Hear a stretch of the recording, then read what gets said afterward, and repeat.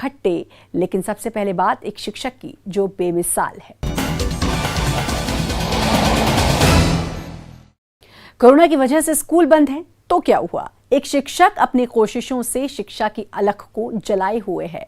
उसका पढ़ाने का अंदाज इतना निराला है कि बच्चे भी खुशी खुशी पढ़ने आ रहे हैं। अंबिकापुर से अमितेश की ये खास रिपोर्ट। जंगल में रहती दो चिड़िया, एक आ गई फूल से, अब बताओ कितनी चिड़िया हो गई?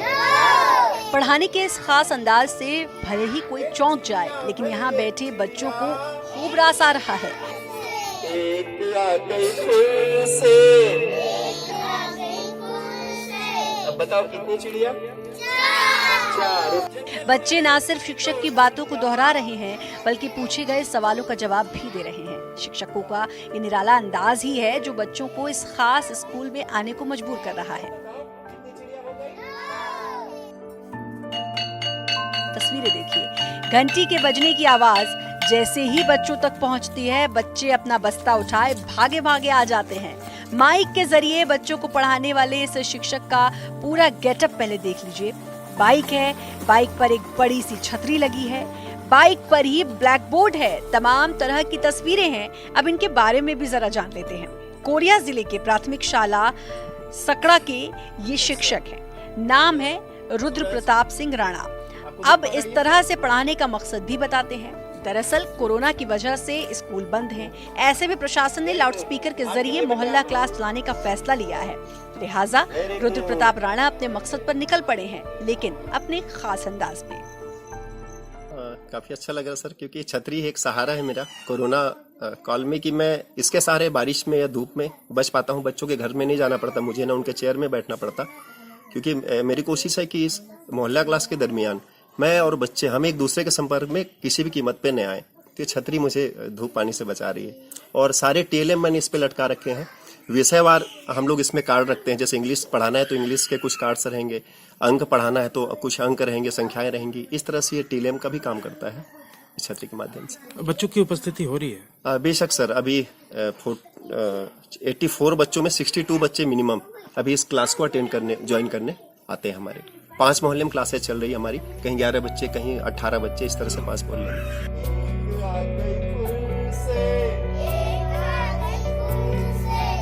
अब इनके अंदाज से बच्चों को कितना फायदा हो रहा है वो उनकी ही जुबानी सुनते हैं। पढ़ाई में बहुत अच्छा लग रहा है। सर जी रोज आते हैं यहाँ पढ़ाकर, फिर दूसरे मोहल्ले में चल देते हैं, तो दीदी पढ़ाते हैं, फिर अपने से पढ़ते हैं। कैसा लग रहा है पढ़ाई करके अभी? अच्छा है। क्या क्या पढ़ाते हैं सर? संख्या और इकाई दहाई। रोज सर तुम्हारे यहाँ घर के सामने आके पढ़ाते हैं? जी। कितने दिनों से आ रहे हैं? बहुत दिन से। रुद्र प्रताप की ये अपनी कोशिश है, उनकी अपनी मेहनत है, जिसकी बदौलत छात्र बड़ी संख्या में उनसे पढ़ने के लिए पहुंच रहे हैं। यही वजह है कि अधिकारी भी उनकी तारीफ कर रहे हैं। श्री रुद्र प्रताप सिंह राणा हमारे विकासखंड खड़गवा के प्राथमिक शाला सकड़ा के होनहार शिक्षक हैं, और जिनके द्वारा लगातार जो है कोरोना काल में बच्चों को पढ़ाने के लिए जो है नए नए उपाय खोजे जा रहे हैं, नवाचार किया जा रहा है। इसी क्रम में उन्होंने अपने मोटरसाइकिल को एक लाइब्रेरी, एक हमारे शिक्षा का शाला के रूप में ही परिवर्तित कर लिया है, और उनके द्वारा मोहल्ला मोहल्ला में जाकर बच्चों को जो है गुणवत्ता युक्त शिक्षा संगीत के माध्यम से और रचनात्मक विभिन्न कार्यों के द्वारा दी जा रही है, और सोशल डिस्टेंसिंग और कोविड-19 का जो इनको पालन किया जा रहा है। बहुत ही हमारे लिए प्रेरणास्पद है, और हमारे और भी शिक्षक जो है उनसे प्रेरणा लेकर के बच्चों की शिक्षा की दिशा में उनकी चिंता कर रहे हैं और उनको अच्छे से पढ़ा भी रहे हैं। जंगल में रहती दो चिड़िया, एक आ गई फूल से, अब बताओ कितनी चिड़िया हो गई? कोरोना महामारी के बीच ज्ञान के, शिक्षा के लौ को जलाए रखने की कोशिश काबिल तारीफ है, लेकिन रुद्र प्रताप राणा की पढ़ाने का तरीका जुदा है, लेकिन बेहद प्रभावी। रुद्र ऐसे शिक्षक हैं जो दूसरों को भी प्रेरणा दे रहे हैं। अमितेश पांडे, न्यूज़ 18, अंबिकापुर। वैसे तो पीठ पे छुरा भोंकने वाले चीन की LAC पर भारतीय सेना के हौसलों के सामने एक नहीं चल रही। चीन की हर चाल का इंडियन आर्मी माकूल जवाब दे रही है। चीन के किसी भी दुस्साहस का करारा जवाब देने के लिए भारतीय सेना तैनात खड़ी है। और अब फ्रांस से आए राफेल के बाद हमारी सेना के पास नई फौलादी ताकत यानी कि सारंग है। अप्रैल माह से ईस्टर्न लद्दाख की सीमा पर चाइना की सेनाओं की संख्या तथा उनके आर्मामेंट्स में काफी वृद्धि देखी गई है। चाइना को डिप्लोमेटिक तथा मिलिट्री चैनल्स के माध्यम से यह अवगत करा दिया कि इस प्रकार की गतिविधियां स्टेटस को यूनिलेटरली बदलने का प्रयास है और यह भी साफ कर दिया गया कि ये प्रयास हमें किसी भी सूरत में मंजूर नहीं है। माननीय प्रधानमंत्री जी के बहादुर जवानों के बीच जाने के बाद हमारे कमांडर तथा जवानों में यह संदेश गया है कि देश के 130 करोड़ आदिवासी जवानों के साथ खड़े हैं। रक्षा मंत्री राजनाथ सिंह भारत चीन सीमा विवाद पर देश का रुख साफ कर चुके हैं। भारत किसी भी कीमत पर सीमा पर कोई बदलाव स्वीकार नहीं करेगा। LAC पर भारतीय सेना ने सर्वोच्च बलिदान दिया है और जवानों का मनोबल ऊंचा है। हालात तनावपूर्ण हैं, लेकिन LAC पर हर चुनौती का देश के जवान डटकर सामना कर रहे हैं। पूर्वी लद्दाख में तैनात जवानों को गोला बारूद से लेकर हर तरह की सुविधाओं से लैस किया गया है और उनके लिए कोई भी कमी नहीं हो पाएगी। रक्षा मंत्री के इस बयान के चंद घंटों के भीतर भारतीय सेना को एक ऐसा फौलाद मिला जिसने सेना की ताकत को कई गुना बढ़ा दिया है। जी हां, इंडियन एयरफोर्स को राफेल की बेशुमार शक्ति मिलने के बाद अब इंडियन आर्मी को सारंग की फौलादी ताकत मिली है। सैन्य वाहन निर्माणी जबलपुर ने भारतीय सेना को पहली खेप में एक साथ 3 उन्नत सारंग तोप सौंपकर इतिहास रच दिया। ये तोपें सेना को सुपुर्द करने के लिए व्हीकल फैक्ट्री जबलपुर ने गुरुवार की शाम 4:30 से 5:30 बजे के बीच ध्वजारोहण समारोह का आयोजन किया। रक्षा मंत्रालय के निर्देश पर सैन्य वाहन निर्माणी में पुरानी 130 mm सारंग तोप को काफी उन्नत बनाया गया है। पुरानी सारंग तोप को उन्नत कर 155 mm का बनाया गया। उन्नत सारंग तोप को सैन्य परीक्षण के लिए लॉन्ग प्रूफ रेंज खमरिया भेजा गया। सैन्य परीक्षण के विभिन्न पैमानों को उन्नत सारंग तोप ने पूरे भरोसे के साथ पार किया। अब सारंग देश की सीमाओं पर दुश्मन के खिलाफ अभियान के लिए तैयार है। सारंग के गोले दुश्मनों पर मौत बनकर बरसेंगे। आपको बताएंगे सारंग की हर खासियत। बने रहिए हमारे साथ।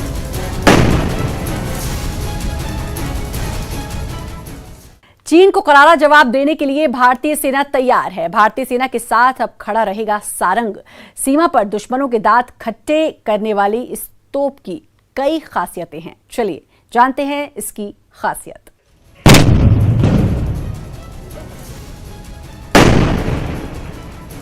व्हीकल फैक्ट्री जबलपुर ने 3 सारंग तोपों को सेना को सौंप दिया है। जल्द ही इन तोपों की तैनाती सरहदों पर हो सकती है। देश के सबसे ताकतवर तोप धनुष के बाद सबसे उन्नत तोपों की कैटेगरी में सारंग का नाम है।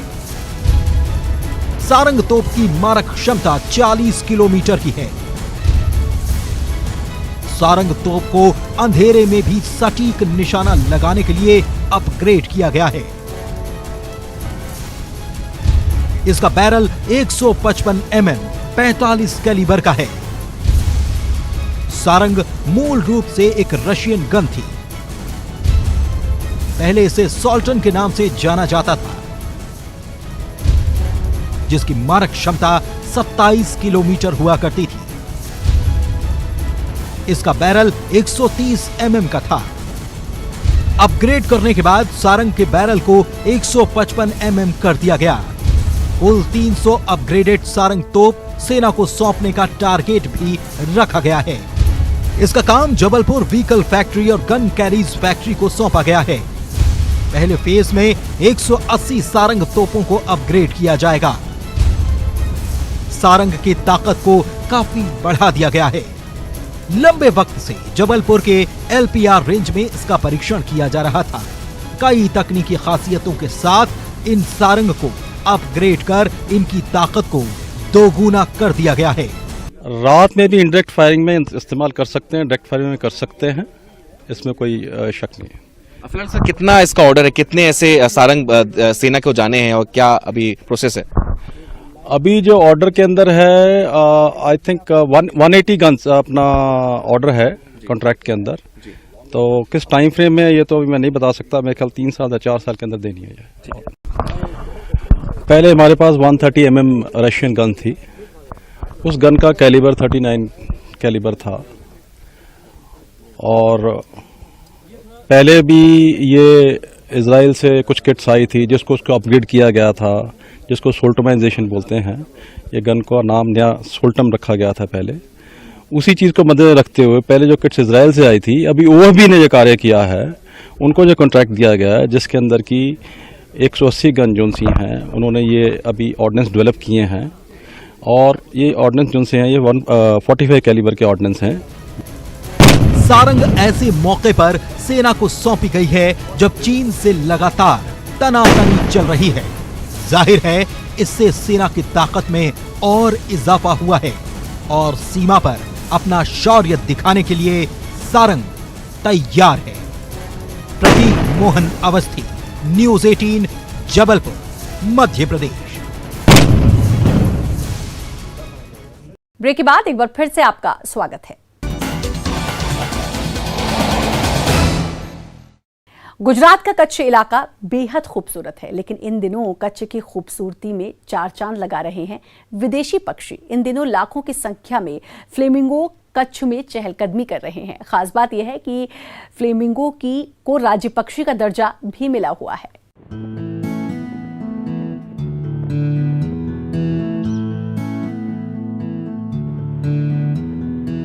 जहां तक नजर जाती है दूर दूर तक फ्लेमिंगो दिख रहे हैं।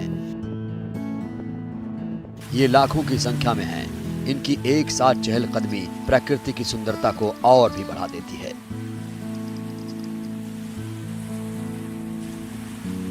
तस्वीरें कच्छ की हैं। कच्छ की खूबसूरती इन दिनों ध्यान खींचने वाली है। प्रदेश की प्राकृतिक विविधता इस बार पूरी तरह खिली हुई है। अच्छी बारिश की वजह से कच्छ के रण में खूब पानी है, और इस पानी में अटखेलियां करते ये पक्षी एक खूबसूरत नजारे को पेश करते हैं। कच्छ का ये खडीर इलाका है जिसे सुरखाब नगरी के नाम से भी जाना जाता है। इसकी वजह है लाखों की संख्या में आने वाले फ्लेमिंगो। एक अनुमान के मुताबिक यहाँ हर साल तकरीबन 10 लाख फ्लेमिंगो आते हैं।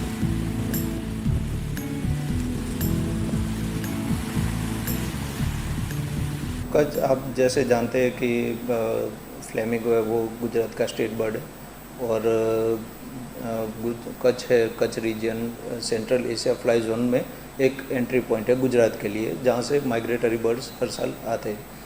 तो इस साल बारिश भी अच्छी हुई है, हैबिटेट एरिया भी अच्छा है, वेटलैंड भी सब भरी हुई है, जिसके कारण जो फ्लेमिंगो का मेन फूड है आल्गी, उसका भी प्रमाण ज़्यादा रहेगा। तो उसके कारण फ्लेमिंगो इस साल ज़्यादा आने की शक्यता बहुत है। वन विभाग के मुताबिक कच्छ की भौगोलिक स्थिति फ्लेमिंगो के लिए काफी बेहतर है। यहाँ ना तो किसी तरह की आबादी है, ना ही कोई शोर शराबा। यही नहीं, फ्लेमिंगो का मुख्य आहार आल्गी बड़ी मात्रा में मिलते हैं। यही वजह है कि प्रजनन करने के लिए बड़ी संख्या में यहाँ हर साल फ्लेमिंगो आते हैं। यहाँ समुद्री पानी के साथ बारिश का पानी मिलता है। इससे क्रीक इलाके में जमीन पर नमक बनता है। इस खारे पानी में आल्गी बैक्टीरिया बड़ी मात्रा में बनते हैं। जियोग्राफिकली देखा जाए तो कच्छ में कोस्टल एरिया भी है, और छोटी बड़ी वेटलैंड्स आई है, जैसे छारी रन एरिया है अपना, और उसके अलावा जो कोस्टल एरिया उसमें छोटे छोटे आइलैंड आए जो नॉट डिस्टर्ब एरिया है। और कच्छ में जियोग्राफिकली बड़ा एरिया है, और उस पॉपुलेशन डेंसिटी बहुत कम है, तो उसके कारण नॉन डिस्टर्ब एरिया बहुत अच्छे से मिल रहता है उनको। तो उसके कारण वो यहाँ पे आके ब्रीडिंग करते हैं, फिर बाद में जो भी बच्चे आते हैं उनको लेके वो वापस माइग्रेट करते हैं। रापर के बांध से अमरापर यानी तकरीबन 15 किलोमीटर इलाके में सुरखाबों का जमावड़ा है। इन इलाकों में मादा सुरखाब अंडे देती हैं। 4 से 5 महीने तक ये लोग यहीं रहते हैं और बच्चे की परवरिश करते हैं। फरवरी में ठंड के खत्म होने के जब आसार नजर आने लगते हैं, तब इनका पूरा कुनबा ठंडे प्रदेशों के लिए माइग्रेट कर जाता है। मेहुल सोलंकी, न्यूज़ 18 कच्छ।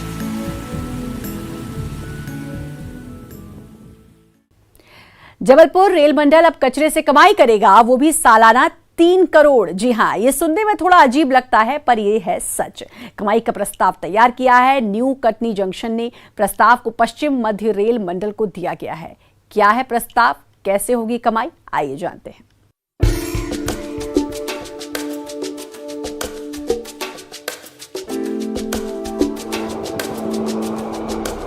आपने वो कहावत तो सुनी ही होगी, हींग लगे ना फिटकरी रंग चोखा। जी हाँ, कुछ ऐसा ही सोचा है रेलवे ने।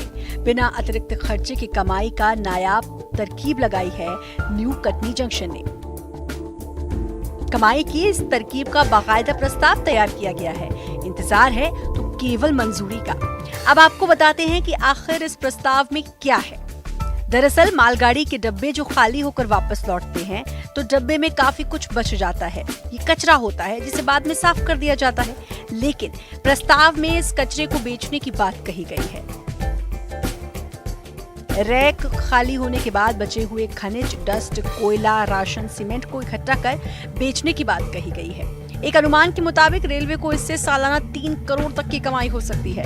फायदा केवल इतना ही नहीं, और भी है। मसलन रेलवे के माल लदान और सप्लाई में समय बचेगा, साफ सुथरा सामान पहुंचेगा, बिना किसी खर्च के रेलवे को आमदनी होगी, रेल मंडलों की आय बढ़ेगी,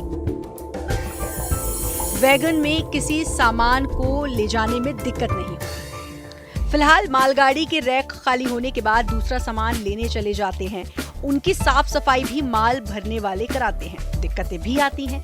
ऐसे में इस प्रस्ताव पर रेलवे के आला अधिकारी विचार कर रहे हैं। कहा यह जा रहा है कि इस व्यवस्था से रेलवे को प्रति वैगन 50 रुपए की आमदनी होगी। एक अनुमान के मुताबिक डंपिंग स्टेशन में 70 वैगन वाली 4 मालगाड़ी रोज आती है, तो निजी एजेंसी से रेलवे को प्रतिदिन 14,000 रुपए मिलेंगे। यानी एक डंपिंग स्टेशन से सालाना 51,10,000 की आमदनी हो सकती है। जबलपुर मंडल में ही Kachpura yard, Gadarwara, NKJ, Satna 7 dumping yard हैं। इनसे 3 करोड़ की सालाना आमदनी की उम्मीद जताई जा रही है। पवन पटेल, न्यूज़ 18 जबलपुर।